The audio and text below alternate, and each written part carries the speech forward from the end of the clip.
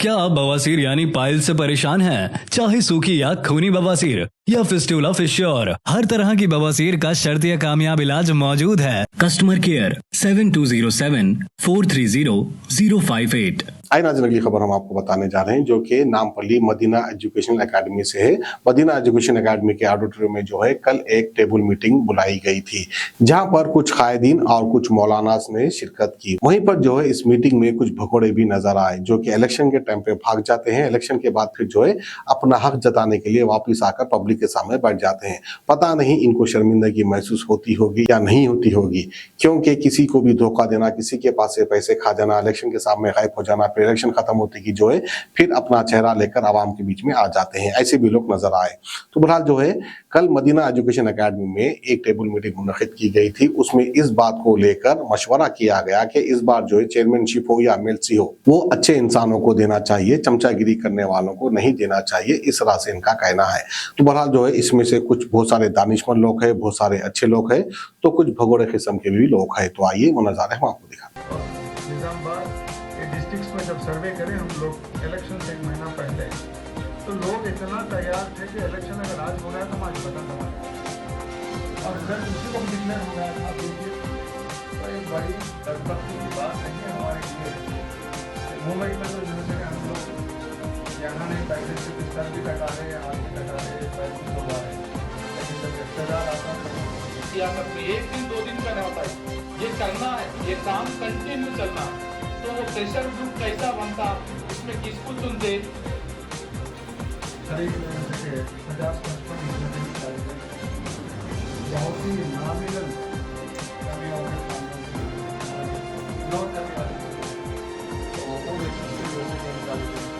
खत्म किया शहर के अंदर। तो इसी तरह जैसे कि 10 साल हुकूमत चली और परसों भी यही सोचे केसीआर साहब के हम भूता दे दिए, हो गया और हम कामयाब हो जाते, इसलिए वो लोग अपने ऑफिस के कागजात नहीं निकाल लेते। अब शफीक साहब के साथ और एक भी मौका देना है जिनसे कौम को फायदा है, उनको उनके पास कौम की दर्द है, वो हाईकमांड की डिसीजन है। तो फाइनली ये क्या है, तो ये जो पिछले 10 साल में जो मुसलमानों की कहीं तो भी गलती हुई है, तो एक पूरे इंडिया में पहली मरतबा माइनॉरिटी डिपार्टमेंट कायम किया गया 93 और 94 में। इसके अंदर शफीक साहब का भी बात कर रहे हैं, आपकी अस्पताल में काफ़ी अच्छे इसका भी सेवा नवाज शरीफ साहब के बाद में शफीक साहब को जाता है। तो बस हमारी यही गुजारिश है।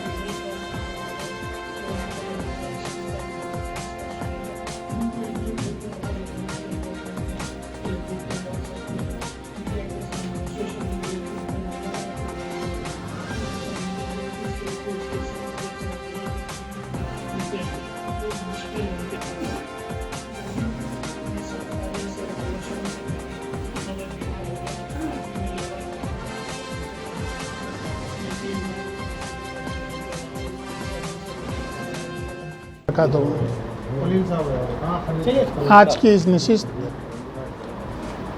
इंटेलेक्चुअल्स को, स्कॉलर्स को, उलमा को एक शॉर्ट टाइम के अंदर 1-2 दिन में जिनको भी हो सकता था हम लोग कांटेक्ट करके आज यहाँ पे बुलाने का मकसद हमारा ये है कि हुकूमत से ये मुतालबा किया जाए कि मिनिमम 2 मिनिस्टर इस कैबिनेट रैंक मिनिस्ट्री दी जाए, और हमारे 5 या 6 जो माइनॉरिटी चेयरमैनशिप्स है वो तो हर गवर्नमेंट के दौर में मिलती रहती है, उससे हट के जनरल कैटेगरी में भी हमारे 4-5 जो है चेयरमैनशिप दिया जाए।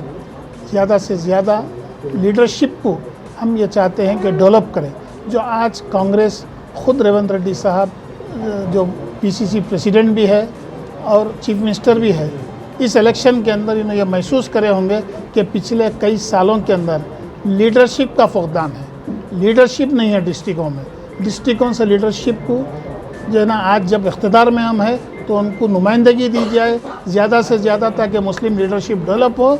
और जितना जल्द हो सकते अगर इन वैकेंसीज़ को फिल कर दिया गया तो उसके बड़े अच्छे जो है ना नतीजे आपको आने वाले पार्लियामेंट इलेक्शन के अंदर मिलेंगे। इस मकसद के लिए एक प्रेशर डेवलप करने के लिए एक इंटेलेक्चुअल से एक मीटिंग की गई। उसूलन तो होना ये चाहिए था कि हैदराबाद से ज़्यादा दानिशमंदी से वोट जो मुसलमान तेलंगाना का दिया, हम उनके शुक्रगुजार हैं उन अजला के मुसलमानों का जिनकी वजह से आज कांग्रेस बरसे इख्तिदार है। हम वहाँ के उलमाओं को या इंटेलेक्चुअल्स को शार्ट नोटिस में, क्योंकि ये 2 दिन में तय किया गया, उसमें हम नहीं बुला सके, लेकिन आइंदा जो है ना, जो भी इस हुकूमत से मुसलमानों के लिए जो मुतालबात रखे जाएंगे या उनसे जो काम लिया जाएगा, गवर्नमेंट के पास रिप्रेजेंटेशन करेंगे, तो हम एक कमेटी तश्कील देंगे जो सारे डिस्ट्रिक्टों को कवर करते हुए कमेटी बनाकर इंशाल्लाह आगे जो है ना हम सबको साथ लेके चलेंगे। और जितने हजरात आ जाए मैं सबका शुक्रिया अदा करता हूँ। और जो आज एक रिप्रेजेंटेशन तैयार हुआ, लेकिन इसमें काफ़ी तजावीज़ बाद में आए, उसको हमको जो है ना कवर करना है। वो सब करके इंशाल्लाह हम कल परसों में सीएम साहब से अपॉइंटमेंट लेके जो है ना इनमें से चंद लोगों को, क्योंकि इतने सारे जो इंटेलेक्चुअल्स आए सबको तो इतना को वक्त नहीं मिलता, लेकिन हम मैक्सिमम कैबिनेट के अंदर मुसलमानों को दी जाएगी। और इंशाल्लाह अल्लाह की ज़ात से उम्मीद है जल्द से जल्द जनवरी तक 10 से 12 जो है ना माइनॉरिटी चेयरमैन मुसलमानों को चेयरमैनशिप भी दी जाएगी। एक ऐसे वक्त मीटिंग बिठाई गई जबकि आइंदा लोकसभा इंतखाबात है, तो एक इशारा के ना दुखती हुई रखते हाथ रखने की ऐसी तो बात नहीं है। नहीं, देखिए हम कोई ये ब्लैकमेल टैक्टिस से नहीं है। यहाँ पे सिर्फ जो है ना एक खलास के संगात इस महफिल को बुलाई गई। और हमारे जो मुतालबा वो लोग जो एजेंडा दिए थे, जो वादे करे थे, हम उनको याद दिला रहे हैं कि बजट क्या देंगे, मिनिस्ट्रीज क्या देंगे, चेयरमैन क्या देंगे। हम कोई ब्लैकमेल नहीं कर रहे। और अल्लाह की ज़ात से कभी उम्मीद है कि जो गलती तेलंगाना के इस असेंबली इलेक्शन में हुई, इससे ज़्यादा रिज़ल्ट मुसलमान 95% आप देखेंगे आने वाले दिनों में पार्लियामेंट इलेक्शन के अंदर। इंशाअल्लाह कर्नाटक से ज़्यादा, जो आज मिसाल कर्नाटक की दी जा रही, आने वाले दिनों में हिंदुस्तान में तेलंगाना के मुसलमानों की मिसाल दी जाएगी कि एकजुट होकर कांग्रेस को वोट दिया। क्या रेवंत रेड्डी के बाद सोनिया गांधी से, राहुल गांधी से भी मुलाकात करेंगे आप? नहीं, उतना तो नहीं। अगर आगे चल के ऐसा कुछ रहेगा, अगर कुछ ज़रूरत महसूस होंगी हमको, तो बराबर जाएंगे दिल्ली इंशाल्लाह। यकीन है कि हुकूमत आपकी बात सुनेगी? इंशाल्लाह सुनेंगी। तेलंगाना के मुसलमानों ने जो वोट देकर जितने 64 सीट जो जीत के आए, उसमें जितने मुसलमानों की तरफ से जीते, वो सारा पोस्टमार्टम कांग्रेस कर चुकी। उनको इस बात का एहसास है। 15 दिन हो गए जी हाँ, लेकिन अभी तक मुस्लिम स्कूल जो है कुछ भी सीट आपको अभी मैं जवाब दिया ना। उसका मुस्लिम को नहीं देने की वजह ये है कि कोई मुसलमान जीत के नहीं आया, और अगर किसी को टिकट दिया तो मुसलमान को दे रहे हैं, तो दूसरे तबकात में भी बहुत सारे लोग उठ खड़े हो रहे हैं कि हमको भी दियो बोल के। उसमें है सबको सेट करके बराबर दिए जाएगा। साबिका गवर्नमेंट जो इलेक्शन में नहीं लड़ी, उसको भी डिप्टी सीएम होम मिनिस्टर बनाए थे। उस वक्त उन्होंने MLC थे सिटिंग, आज MLC भी नहीं है। ज़्यादातर जवाब देते रेवंत रेड्डी हाईकमान जो फैसला लेंगे वही हम करेंगे। तो देखिए एक कांग्रेस पार्टी है, हाईकमांड खुद देगा। आप रेवंत रेड्डी साहब को क्यों देख रहे हैं? आप उस जो है ना राहुल गांधी जी को, प्रियंका गांधी जी को देखिए। आप आज हिंदुस्तान का मुसलमान ये 2 लोगों को खरगे जी की सदारत में देख के कांग्रेस के तरफ, इंडिया अलायंस के तरफ जुड़ रहा है। इंशाल्लाह रेवंत रेड्डी साहब जितने जहन साफ़ है उनका मुसलमानों के लिए, उससे ज़्यादा कहीं ज़्यादा साफ बहन भाई का है। एक नई कांग्रेस है, आप बेफिक्र रहिए, मुसलमानों के साथ इंसाफ। अस्सलाम वालेकुम, Syed Shamshad Qadri, president all India minority welfare association. आज की जो मीटिंग हुई, मैं समझता हूँ कि इस मीटिंग का होना ज़रूरी था, मगर आज की इस मीटिंग के अलावा भी कंटिन्यूसली इसकी मीटिंग होना बेहद ज़रूरी है। क्योंकि हमेशा जब भी मैं बात करता हूँ तो नशिस्तन गुफ्तन बर्खास्तन होना नहीं चाहिए, क्योंकि ऐसी मीटिंगें तो बहुत सी होती हैं फिर दूसरे दिन भूल जाते हैं। मगर सबसे अहम बात यह है कि मोहम्मद अली शब्बीर साहब का नाम हो या कुछ हो, मैं ये कहना चाह रहा हूँ कि जब तक हमारे में इत्तेहाद नहीं होगा, मुसलमानों में इत्तेहाद नहीं होगा, जिस तरीके से हमारे 3 कैंडिडेट हारे हैं, उसके ऊपर भी हमको सोचना बेहद ज़रूरी है कि आखिर उनके हारने की वजह क्या थी। क्या हमारा इत्तेहाद था, या उलमा इकराम ने जिस तरीके से फिर केसीआर को जो है वोट डालने की जो बात कही थी, मुझे बड़ी हैरानगी की बात ये होती है कि अपना ज़मीर ज़िंदा रखते हुए हमको बात करना बेहद ज़रूरी है। क्योंकि पिछले 9.5 साल में केसीआर ने जिस तरीके से मुसलमानों को तबाह बर्बाद किया, उनको निचली सतह पर लाकर खड़ा कर दिया, उसके बावजूद भी बास उलमा इकराम ने जिस तरीके से केसीआर की तायद की, ये बड़ी शर्मनाक बात है। और ख़ास तौर से कहना चाहूँगा कि अब जो कांग्रेस गवर्नमेंट अब जो बनी है, तो इसके लिए हमको उन पर प्रेशर डालना बेहद ज़रूरी है। सिर्फ चेयरमैनशिप या नहीं, हमारा हक़ हासिल करने के लिए हमको रेवंत रेड्डी पे इस बात का जोर डालना ज़रूरी है कि हमारे 2 कैंडिडेट कैबिनेट में होना बेहद ज़रूरी है। क्योंकि जिस तरीके से मुसलमानों ने कर्नाटक में अपना साथ दिया था, तेलंगाना में भी उसी अंदाज में साथ दिया।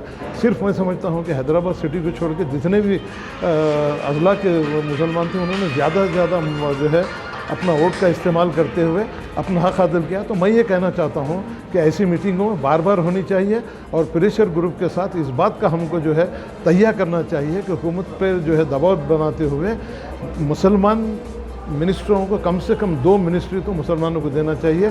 और जिस तरीके से प्रीवियस में जो है वाइस चांसलर का पोस्ट है, जिस तरीके से नज़रअंदाज किया गया है, उन सब को हासिल करने की जिम्मेदारी इन लोगों की है जिन्होंने आज का जो प्रोग्राम किया है। मैं समझता हूँ कि ऐसे प्रोग्राम होंगे तो यकीनन हमको जो है हमारा हासिल होगा और मुसलमानों के साथ जो नाइंसाफ़ी है उसका जो है अजाला हो सकता है। प्रोफेसर साहब, क्या रेवंत रेड्डी माइनॉरिटीज़ के लिए कुछ कर सकते ऐसा उम्मीद है? नहीं कर, देखिए फिर बात यहाँ पर वही आ रही है, मुसलमानों के लिए वो कर सकते नहीं हैं, उनसे करवाना है हमारा काम।